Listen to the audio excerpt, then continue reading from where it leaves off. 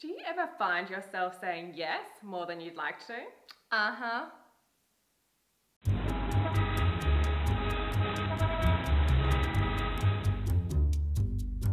Oh, Greta! Are you busy? Actually, Look, I need to reschedule all of my appointments for the rest of the week, okay? Oh, and I need you to file all of my documents in alphabetical order and make sure they're color-coded, okay? Oh, and you know that 300-page proposal that you did last week? I need you to rewrite all of it before tomorrow morning, okay?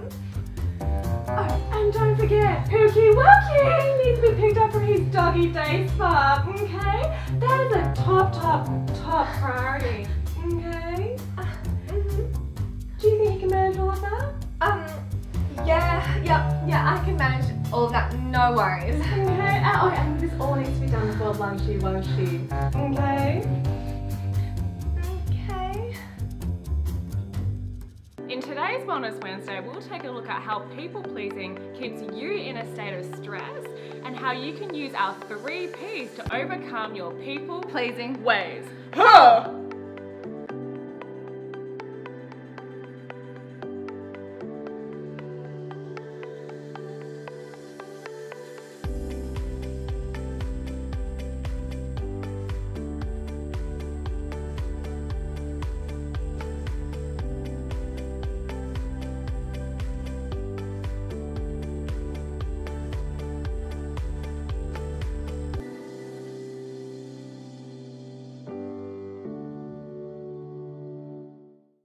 Hey, you're here with Chloe and I'm a naturopath. I'm Rachel and I'm a mindset coach and kinesiologist. And we are the Wellness Twins, bringing you the best tips and tools to reduce your stress levels and get your health back on track naturally.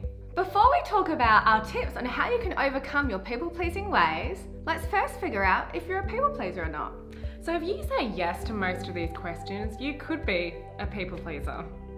Do you worry about disappointing others or letting others down if you say no? Do you tend to overcommit, promising to do more than you actually have time or energy for? Do you ever feel responsible for how other people feel? Do you say yes to favours without actually stopping and questioning whether you actually want to say yes to that favour or not? For example, you've got so much on your plate, but your psycho boss requests that you pick up Pookie Wookie from the doggy bloody day spa. Well, you did say yes, so... When it comes to people-pleasing tendencies, you aren't the only one. Most of us have people-pleasing tendencies in some way, but it only becomes a huge problem and a huge stress when you start to put everyone else's needs ahead of your own. Rach, why is it that someone will be prone to people-pleasing all the time and saying yes? Look, there can be so many various factors depending on the person, but some reasons could be maybe you dislike conflict. Maybe you prefer to keep the peace and make everyone else happy than to create conflict or experience conflict. Maybe you've grown up believing that in order to be a good person, you have to make everyone else happy in order to be accepted, liked, or loved. Okay, so if someone is people-pleasing all the time and saying yes all the time, how do they end up feeling? Well, if you're constantly putting everyone else's needs ahead of your own, then you're going to end up feeling pretty overwhelmed, stressed out, anxious, frustrated, and, well, pretty damn resentful. So it's really important to understand that your self-worth is not based on what you do for other people or how much you do for other people. Your self-worth is based on what you think and feel about yourself within yourself. Boom! And don't forget to rewrite that 300-page proposal by tomorrow morning. Oh, and don't forget Pookie for his doggy bloody day spa. Okay. Yes, I know you're a little bit busy, but I have something urgent that needs to be done. I need you to kindly remove the gluten from these muffins, okay? They're giving me a really bloated stomach, okay? Remove the gluten from the muffins? That's right, remove the gluten from the muffins. Do you have a problem with that?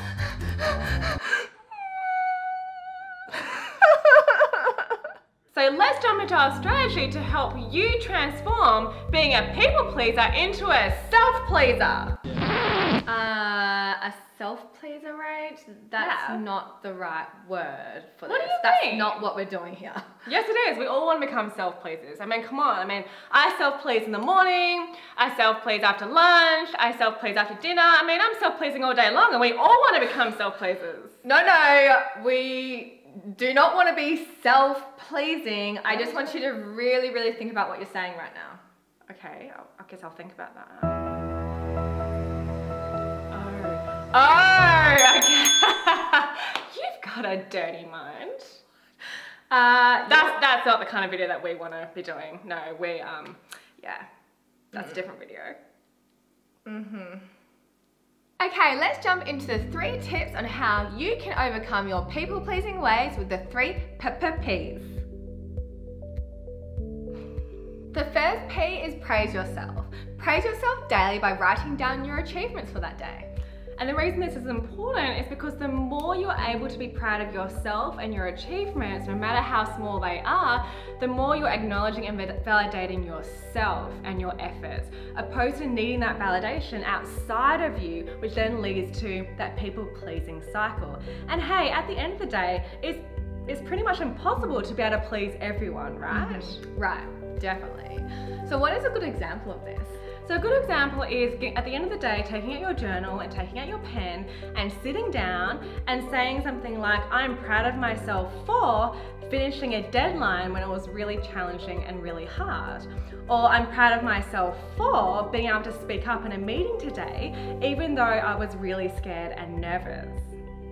And the key is to practice, practice, practice. The more you validate and acknowledge yourself, the easier it will become, and the more you'll feel a lot more confident within yourself.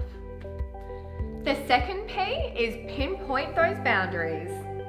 This is a critical step in our strategy to helping you overcome your people-pleasing ways by helping you to gain some of that control back. I mean, it makes sense, right? Totally.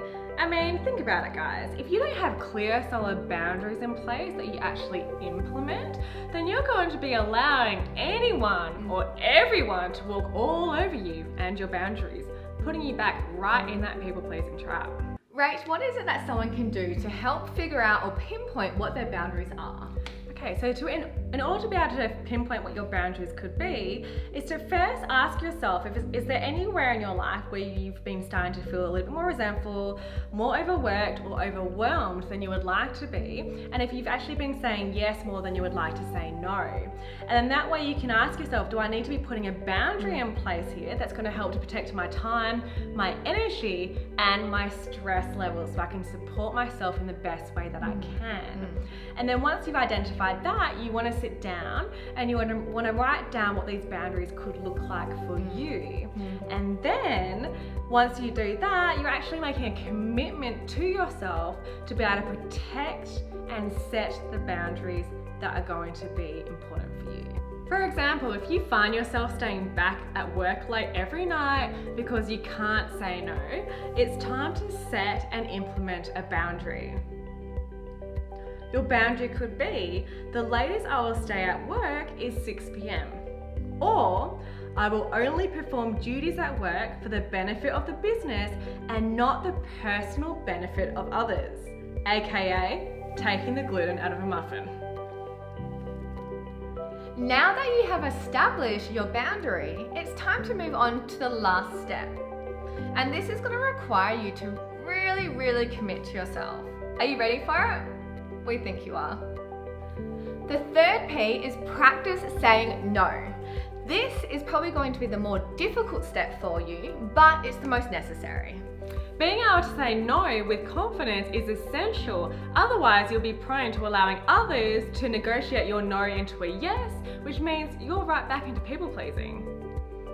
So what's important when you go to say no is that your answer is true, that you don't apologize for it, otherwise you'll feel guilty for lying, and that'll be easier for other people to negotiate and persuade you to say yes when you really don't want to. So making sure that it's true, making sure that you don't apologize for it, and being able to practice it so you can actually feel confident when the time comes to decline a person's request.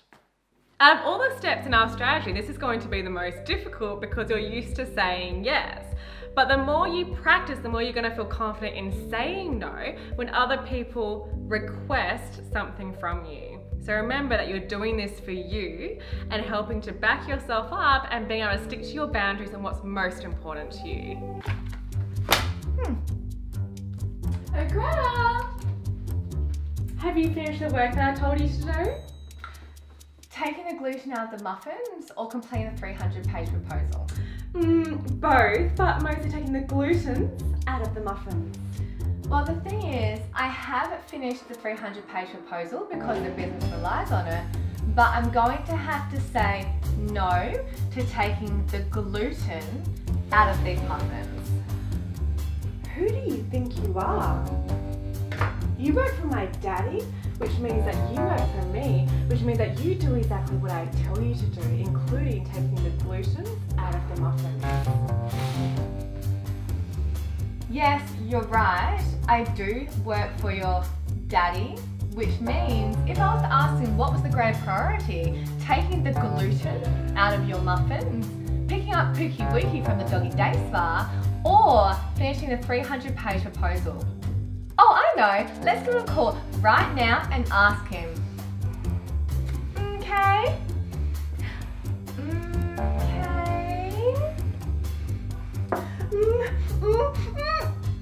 Not okay. Oh, by the way, you forgot something.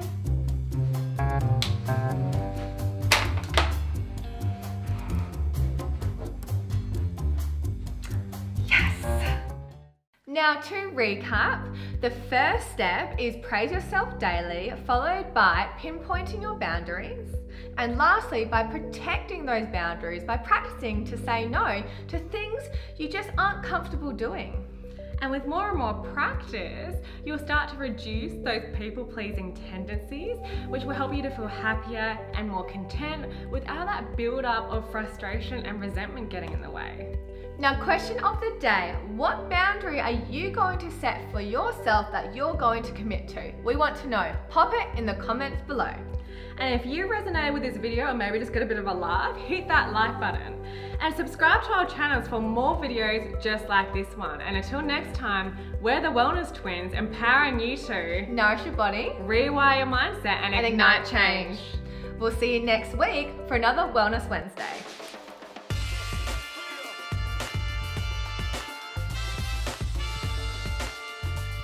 You